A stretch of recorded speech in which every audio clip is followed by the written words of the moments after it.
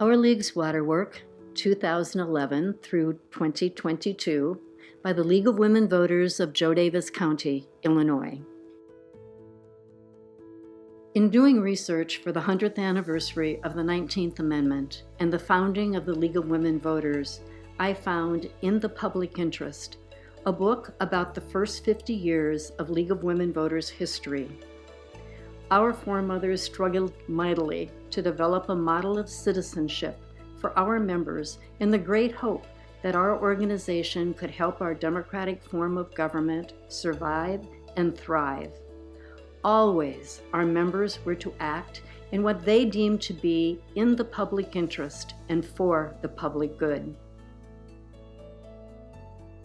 We still treasure and employ the model our foremothers developed, being nonpartisan, issue-oriented, and coming to member consensus only after studying an issue before we take a stand or action. By the late 1950s, the League had developed a comprehensive position on water resource management, calling for practice of these principles: long-range comprehensive planning, management on a river basin or regional basis, federal financing with cost sharing by state and local governments and private users, improved coordination between agencies and departments, acquisition of adequate data for intelligent decisions, citizen participation in water resource decisions. Since our local league's inception in the mid-1980s, we've practiced these principles, and never more so than in the last 10 years. Today, we're going to look at our very active decade of water work. In 2011, our county was embroiled in a controversy over the siting of a 10,000-head confined animal dairy feeding operation with a 40-acre manure pond. Some believed it would contaminate our water and negatively affect tourism. Others believed it was an important and needed agricultural land use, contributing to economic development. The divisions were deep, bitter, and often acrimonious. Our local league board broached the question: could our league, employing our model of citizenship, help bridge the bitter divides and bring some cooperation and collaboration to the issues involved? We decided to try. We coordinated a day-long seminar open to the public with local and state officials and dairy experts to learn more about the issues at stake. Whether or not the site was in a karst hydrogeological area was one issue that had become a hot potato, since manure pond construction requirements were more expensive and stringent if the site was determined to be in a karst area. We learned a lot about the issues that day and were pleased that over 50 people from all sides of the controversy had joined us. But we were left with questions, since the science and procedures for determining the presence of karst appeared unsettled. So now what? How would we get the information we needed? We reached out to scientists at the Illinois Geological and Water Surveys at the University of Illinois to find out what they knew about our hydrogeology and karst, and what more we needed to find out in order to make good land use decisions. We invited the public to a program that featured the scientists, the land and water beneath us, to learn along with us. We also convened the Water Protection Partnership, shown here, a group of stakeholders and interested citizens to discuss concerns and to identify ways to improve water resource management. Our guiding principles were to be shared learning, science-based stewardship, and evidence-based decision-making. Our plans and actions would be determined by consensus. Of course, these principles were modeled after the League's model of citizenship. Taking a cue from members of the League of Women Voters Lake Michigan Interleague organization, we came to understand the role of these interleague organizations in managing water resources on a watershed basis, following the principles encouraged by the National League.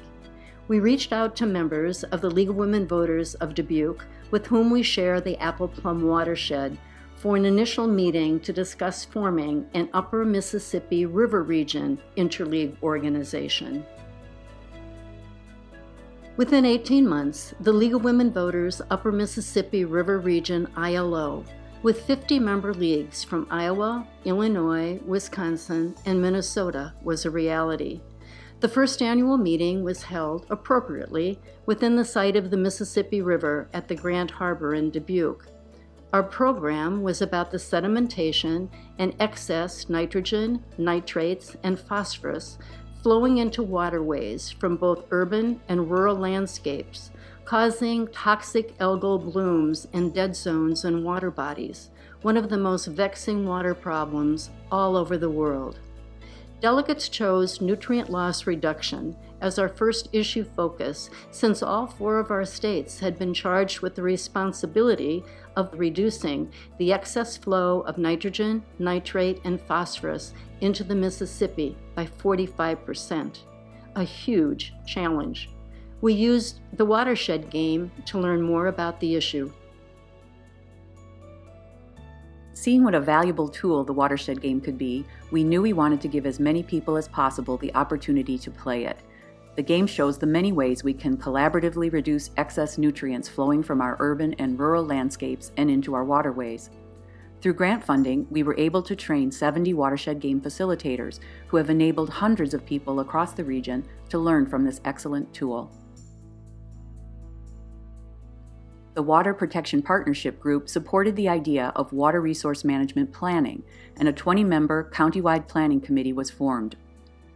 The committee met every other month for 2 years, completing the Daviess County Water Resource Management Plan in 2016. We explored and discussed a different water management issue at each meeting, bringing in experts to help us better understand it. One example, learning from Dr. Mark David from the University of Illinois about the science of the Illinois nutrient loss reduction strategy and possible reasons for his science assessment supposition about the relatively high levels of nitrate loss in Daviess County. The county plan is being updated in 2022.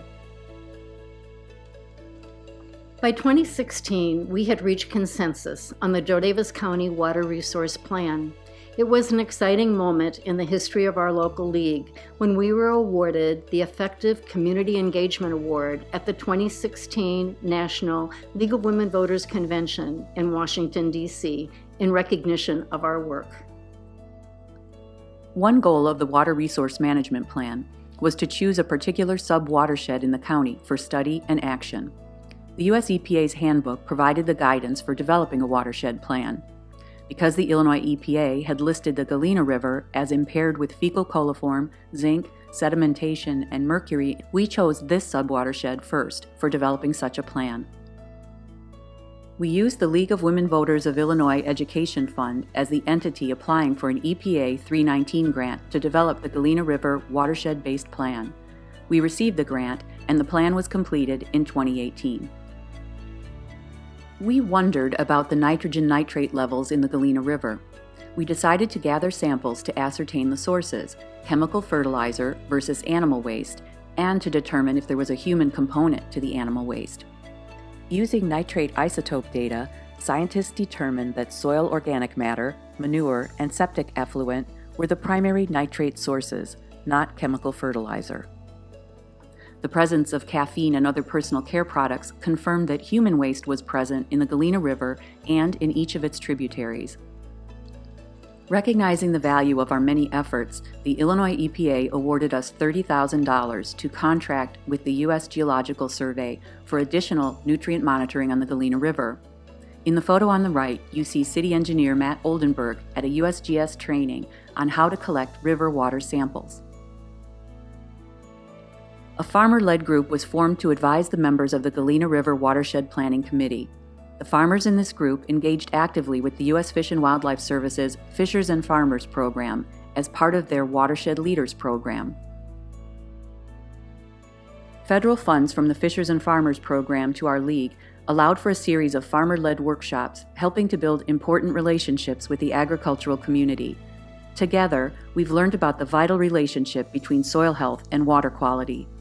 The 2 lower left photos show how we worked with one farmer and a researcher from the University of Wisconsin-Platteville to do continuous edge-of-field nutrient loss monitoring. Farmers outside the Galena watershed became interested in the Galena Group's activities. The group has now expanded county-wide as the Joe Daviess County Soil and Water Health Coalition. The mission of this group is to invite individuals into a farmer-led conversation about soil health and water quality. These pictures are of a rain simulator. It's an effective way to show how different types of soil and ground cover can prevent runoff and soil erosion. We teamed up with the Joe Daviess County agricultural community to make it part of a Beyond the Barn tour in 2017, another great example of shared learning. It's a fitting time to pay tribute to a great friend and benefactor, John Cook, who passed away in 2021. John was a member of the original Water Protection Partnership. When the committee learned from the Public Health Department that unsealed, abandoned wells were a threat to our groundwater, John generously supplemented the Health Department program for sealing wells. He enthusiastically promoted the idea of expanding the annual Rotary Roundtable to a 2-day event co-sponsored with our league in 2017 on the issue of water resource management. John also paid for a league-sponsored summer internship for local college student Pajam Larson. Her primary project, which was also her senior college thesis, was the creation of a curriculum for the 5th grade students on the principles laid out in the Galena River Watershed-based plan, and a book on the same topic for younger students. Remember the questions about karst during the Megadairy controversy? Well, here's what we've learned since that first seminar in 2011. First of all, karst cannot be a debatable point. Thoughtful, efficient water resource management requires a firm scientific understanding of the karst terrain and resulting water quality vulnerabilities. In order to establish clear evidence for good land use decisions, the League continued work with scientists at the University of Illinois' Prairie Research Institute to collect data and build a karst feature database for Joe Daviess County. The database, hosted as a web app by U.S. Fish and Wildlife Service, is now available to the public. The web app includes map layers documenting known locations of crevices, sinkholes, and springs in Joe Daviess County. In addition to the karst feature database and the associated web app, 6 videos describing the various types of karst features, as well as how to access and use the database, have been created to provide a bridge to understanding the database and its importance to the county. 11 years ago, we posed the question, can the League's model of citizenship help bridge the bitter divides engendered by a controversial issue? Our work has embodied the principles of water resource management set forth by the National League in the 1950s. We believe that our work has nurtured effective cooperation and collaboration and continues to improve our water resource management. The United States EPA agreed that our work deserved continued support and investment. In 2018, the U.S. EPA awarded its Nutrient Sensor Action Challenge Prize of $50,000 to our local league. A portion of this prize money is now being invested in a permanent endowment held by the Community Foundation of Joe Daviess County. Proceeds from this endowment are dedicated to the University of Illinois Extension to conduct annual reviews of the Joe Daviess County Water Resource Management Plan. Through this, the League is institutionalizing the water work we initiated.